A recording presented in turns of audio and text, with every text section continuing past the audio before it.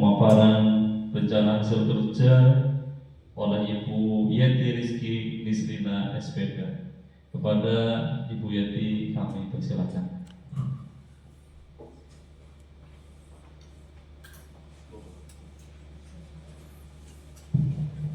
Terima kasih atas waktu yang diberikan kepada kami. Izin menyampaikan rencana hasil kerja. Assalamualaikum warahmatullahi wabarakatuh. Waalaikumsalam warahmatullahi wabarakatuh. Kepada yang terhormat Bapak Mentor, Bapak Nur Sahid SPD MPD, dan yang saya hormati teman-teman menti yang berbahagia.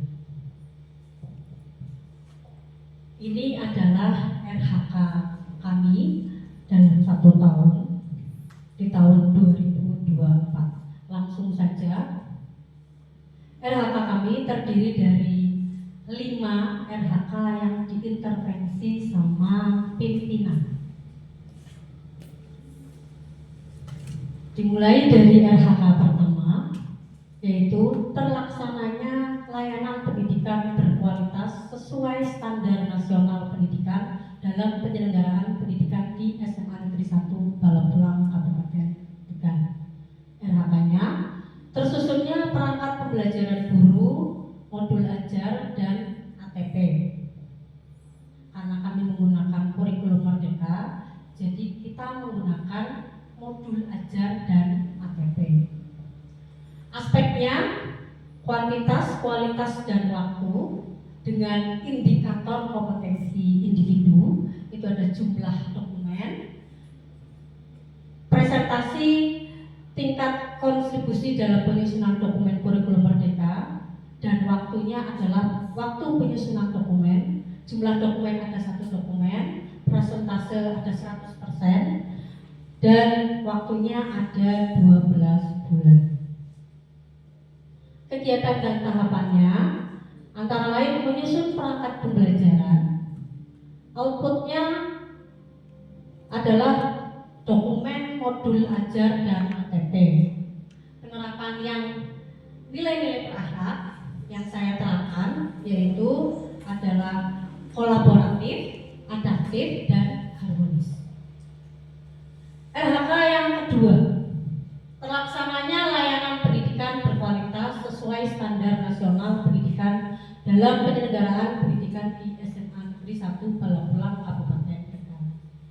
RHK-nya terlaksananya analisis hasil pembelajaran atau asesmen sesuai dengan rencana yang telah ditetapkan sebelumnya, sesuai dengan kondisi terkini dengan memanfaatkan fasilitas yang ada di sekolah. Aspeknya kuantitas, kualitas, dan waktu dengan IKI kuantitas jumlah pertemuan tatap muka dan targetnya adalah 1 dokumen. Kualitas dengan aspek kualitas, IKI-nya adalah persentase tingkat kehadiran di dalam kelas dan targetnya adalah 100%. Aspek yang ketiga adalah waktu, IKI-nya waktu penyusunan dokumen dengan target 12 bulan. Kegiatannya menyiapkan dokumen asesmen, melaksanakan kegiatan penilaian asesmen, dan melaksanakan penilaian. Outputnya adalah analisis hasil asesmen dengan penerapan nilai berakhlak, akuntabel, dan kompeten. RHK yang ketiga, terkelolanya penugasan guru dan tenaga kependidikan untuk mewujudkan penyelenggaraan pembelajaran yang berkualitas. RHK-nya terlaksananya tugas membimbing siswa dalam kegiatan ekstrakurikuler dengan aspek yang pertama kuantitas, IKI-nya jumlah dokumen bimbingan ekstrakurikuler Paskibra. Kebetulan saya ekstranya adalah Paskibra. Aspek targetnya, 1 dokumen. Kualitas, aspek kualitas dengan IKI presentase capaian dan targetnya adalah 100%. Aspek waktu, IKI waktu pelaksanaan praktek dan targetnya adalah 12 bulan. Untuk kegiatan dan tahapannya, 1. Menyiapkan rencana tugas sebagai pembina ekstrakurikuler Paskibra, melaksanakan pelaksanaan bimbingan dan pendampingan kegiatan ekstrakurikuler Paskibra. Outputnya adalah surat tugas. Ini saya kurang ada laporan dari sebagai pembina ekstrakurikuler Paskibra dengan penerapan nilai berakhlak, yaitu kolaboratif, kompeten, dan berorientasi pelayanan. Untuk RHK yang keempat, yang diintervensi pimpinan, terkelolanya penugasan guru dan tenaga pendidikan untuk mewujudkan penyelenggaraan pembelajaran yang berkualitas. Dengan RHK-nya, pelaksanaan tugas yang diberikan oleh kepala sekolah dalam implementasi sebagai pendamping kesiswaan. Aspeknya kuantitas, kualitas, dan waktu. IKI kuantitas jumlah dokumen dengan target 1 dokumen. Aspek kualitas dengan IKI presentase tingkat kesesuaian tugas tambahan dengan target 100%. Dan aspek waktu dengan IKI waktu pelaksanaan kegiatan pengembangan kompetensi dengan target 12 bulan. Kegiatan dan tahapannya: 1. Menyiapkan tugas sebagai pendamping kesiswaan, melaksanakan tugas sebagai pendamping kesiswaan, dan menyusun laporan sebagai pendamping kesiswaan. Outputnya tentu saja adalah saya membuat laporan pendamping kesiswaan. Dengan penerapan nilai berakhlak, saya melakukan konsultasi sebagai bentuk dedikasi pada pimpinan untuk terciptanya kerjasama sinergis yang lebih baik, kolaboratif, adaptif, dan harmonis. Yang kelima, terkelolanya kegiatan pengembangan kompetensi guru dan tenaga pendidikan. Dengan RHK, terlaksananya kegiatan pengembangan kompetensi guru melalui komunitas belajar, pendidikan, dan pelatihan atau webinar. Aspek kuantitas dengan IKI jumlah kegiatan pengembangan kompetensi, targetnya 1 dokumen. Aspek kualitas presentase tingkat kesesuaian pengembangan kompetensi dengan target 100%. Dan aspek yang ketiga adalah waktu dengan IKI waktu pelaksanaan kegiatan pengembangan kompetensi dan targetnya adalah 12 bulan. Kegiatannya menyusun jadwal rencana kegiatan seminar, pelatihan, dan pelatihan mandiri, mengikuti dan melaksanakan kegiatan seminar, pelatihan, dan pelatihan mandiri sesuai rencana yang telah dirancang, dan membuat laporan pelaksanaan. Outputnya adalah ada sertifikat seminar, sertifikat pelatihan, dan sertifikat PNN. Penerapan nilai-nilai berakhlaknya ada akuntabel dengan kompeten. Itu saja RHK dari kami. Kurang lebihnya mohon maaf dan terima kasih. Demikianlah tempat dari Ibu Yati. Barangkali dari Bapak Ibu ada yang mau bertanya. Assalamualaikum warahmatullahi wabarakatuh. Waalaikumsalam. Perkenalkan, nama saya Ibu Ratih Indah Amarati. Izin bertanya, untuk pemaparan tadi Bu Yati sudah cukup jelas. Terus di RHK Bu Yati tadi ada menggunakan kurikulum merdeka. Pertanyaan saya, menurut Ibu Yati, bagaimana peran teknologi dalam kurikulum merdeka? Terima kasih. Terima kasih Bu Ratih. Peran. Jadi untuk RHK saya adalah tersusunnya perangkat pembelajaran guru dengan karena di SMA Negeri 1 Balapulang sudah menggunakan kurikulum merdeka. Kurikulum merdeka adalah kurikulum yang memerdekakan guru dan para siswa tentunya. Kemudian kita sebagai seorang guru dan pendidik, kita membuat modul yang menyesuaikan dengan kondisi saat ini, di mana kondisi saat ini teknologi sudah cukup baik, ya, termasuk adanya internet, termasuk adanya handphone, ya. teknologi dalam kurikulum Merdeka itu yang pertama adalah memfasilitasi pembelajaran, di mana siswa dibantu di dalam teknologi untuk bisa melihat materi secara luas.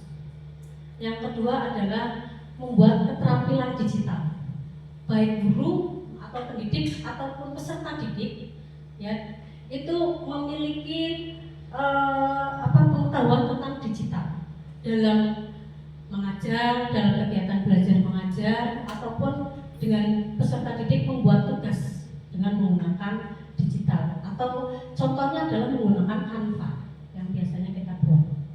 Dan yang ketiga adalah adanya pembelajaran yang diferensiasi.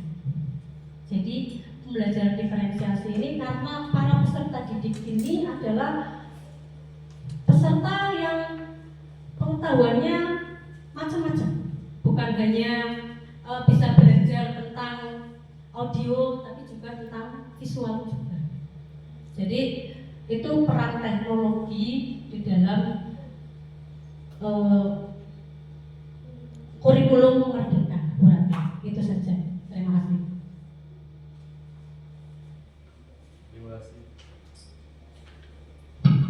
Terima kasih atas tanggapannya. Selanjutnya masukan atau arahan dari Bapak Nur Syahid sebagai mentor. Kami persilakan.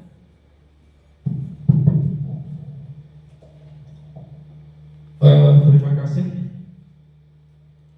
Pak Moderator. Kemudian juga terima kasih kepada Ibu Yati yang sudah mempresentasikan dan sudah memaparkan. Nah, perlu kami komunikasikan terkait dengan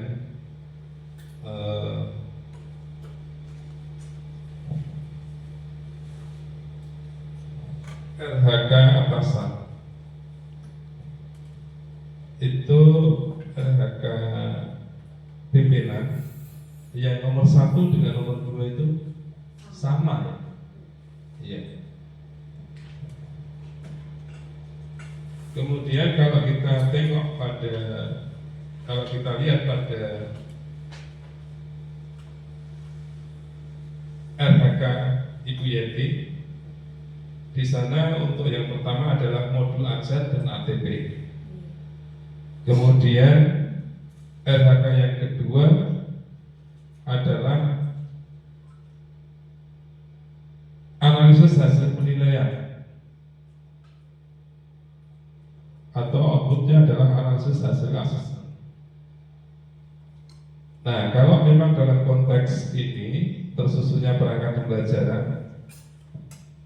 menurut kami itu untuk modul ajar, ATP, kemudian asesmen atau alat asesmen berarti alat ya, alat yang digunakan untuk evaluasi ya. Itu menurut kami malah digabung aja dari satu di atas. Karena ikutnya perangkat pembelajaran sih, betul kan? Jadi nomor 2 atasan, nomor 2 itu untuk RHK atasan cukup satu saja. Kemudian dari RHK Bu Yeti yang nomor 2 jadikan 1. Iya, tugas tupoksi kita kan, iya kan? Termasuk evaluasi. Oke, itu yang perlu kami komunikasikan. Yang lain-lain berkait dengan makalah nanti kami komunikasikan setelah kegiatan ini. Begitu ya, lihat ya. Kemudian terkait dengan ini, kalau kita lihat frekuensinya mungkin tinggi naik gitu ya, volumenya itu. Itu mungkin gaya dialek ya. Mungkin karena dialek aja. Iya. Jadi frekuensi kan, nah gitu, ada penekanan gitu loh. Iya kan? Nah, tapi bagus, bagus. Itu mungkin gaya komunikasi, gaya komunikasi. Tapi mungkin juga perlu disesuaikan dengan kondisi, situasi, dan kata yang ada, sehingga akan tepat. Jadi secara keseluruhan sudah bagus. Tepuk tangan untuk Ibu Yenti. Selamat dan sukses.